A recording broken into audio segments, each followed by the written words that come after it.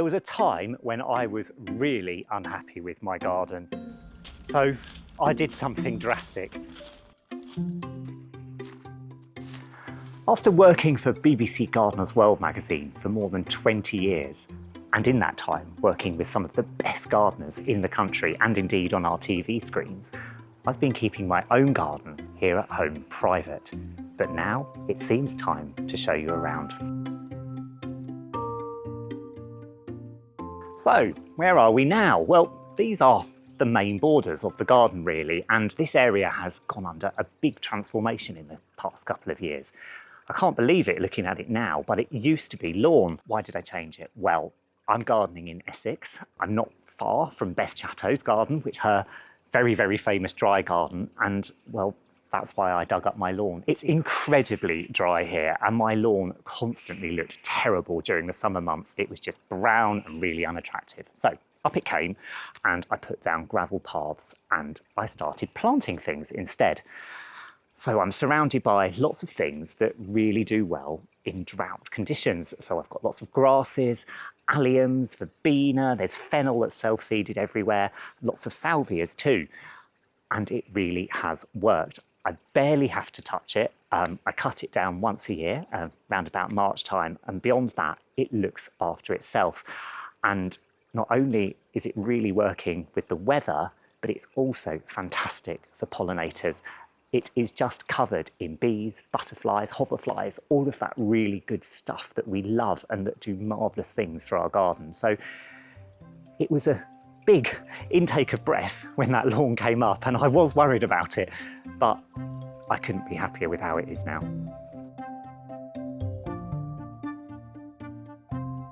So, drought and dry conditions are a challenge, but I've got lots of other challenges in this garden too, including shade.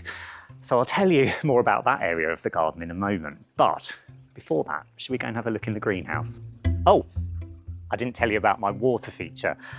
Now, the eagle-eyed among you may have spotted something similar at Longmeadow.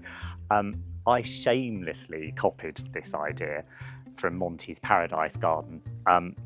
It's absolutely identical to his. But that's what we all do, isn't it? We see things in other people's gardens, like it, and think, I'll have a bit of that in my place. Anyway, to the greenhouse.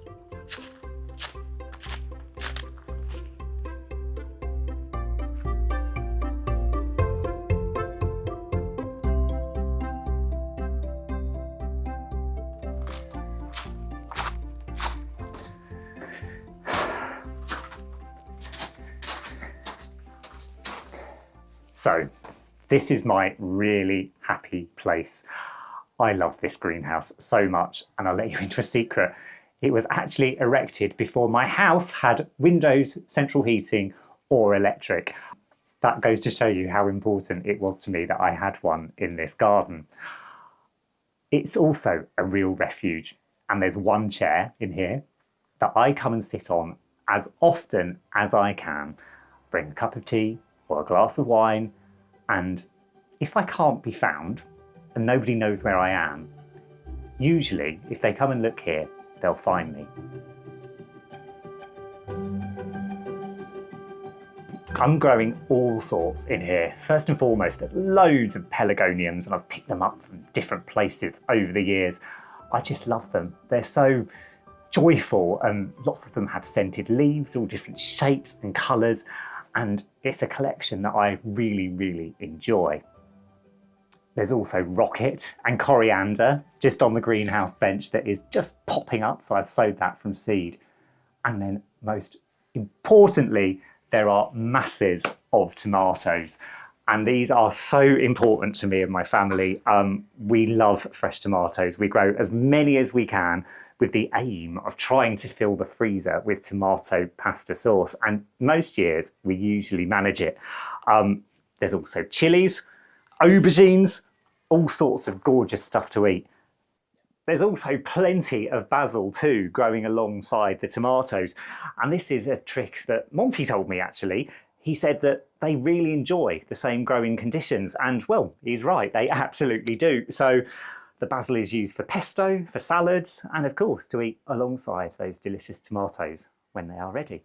And I have got more veg outside.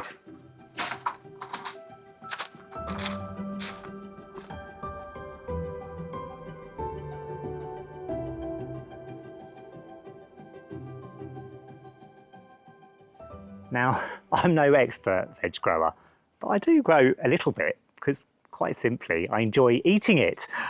There's always salads, always French beans. I enjoy growing peas, and I always grow carrots. And really, this stuff just goes straight from this veg bed into the kitchen, and these beans are going to be for my tea. Now, as I mentioned, this garden is very dry and I try not to water, but veg beds really do need it. I can't get away with it. So these are the one things that I religiously water every day, particularly when it's hot. Now, if you fancy growing a little bit of veg like this, have a look at gardenersworld.com. You'll find all of the advice you need there and grow guides for all sorts of different crops. And of course, it's in the magazine every month too. I mentioned I have got a shady area, and this is it. I'm standing right in the middle of it, and I'll be honest, it's a real pain. I'm not surprised we get so many letters and queries at the magazine about how to deal with shade, because it is tricky. I'll be honest, I've never got this area quite right. I love tropical looking plants, so I've tried a few of those. I've got some classic shade lovers in here, but it's so dry as well, and I'm struggling, if I'm honest. So what am I going to do? Well, in the first instance, I've added a few plants for a bit of colour. I've got a party coming up here in the garden, so it needed to look sort of okay. And then I'm going to try to start again in the autumn. I'm going to dig lots of things up, really try to improve the soil, get some moisture retention in there and replant, and we'll see what happens. But it just goes to show we've all got our problem areas, haven't we? And we don't all get it right all the time. This area is a pain.